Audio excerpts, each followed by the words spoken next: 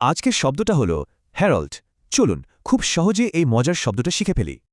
আচ্ছা, একটা বড় আর খুশির খবর কিভাবে সবাইকে জানানো হয় বলুন তো? শব্দটা বোঝার জন্য আসুন একটা ছোট্ট গল্প শোনা যাক। এক রাজার গল্প। ধরুন এক রাজা তার প্রজাদের একটা দারুণ খুশির খবর দিতে চান। তাই তিনি তার সেরা দূতকে পাঠালেন ঢাকঢোল পিটিয়ে সেই খবরটা সবাইকে জানিয়ে আসতে। এইখানেই আসছে আমাদের আজকের শব্দটা। দূতের কাজই হল রাজার ঘোষণাটা হ্যারাল্ড করা। হ্যারল্ড ভার্ব হিসেবে মানে ঘোষণা করা, আর নাউন হিসেবে এর মানে ঘোষণাকারী বা দূত। এই শব্দটার সাথে কিন্তু একটা উৎসবের আমেজ জড়িয়ে আছে। এটা সবসময় গুরুত্বপূর্ণ আর আনন্দের খবর বোঝায়। বেশ, গল্পের জগৎ থেকে বেরিয়ে এবার দেখি বাস্তবে শব্দটা কিভাবে ব্যবহার হয়। যেমন ধরুন, ব্যবসা বাণিজ্যের ক্ষেত্রে একটা নতুন প্রোডাক্ট লঞ্চের সময় এটা ব্যবহার করা যায়।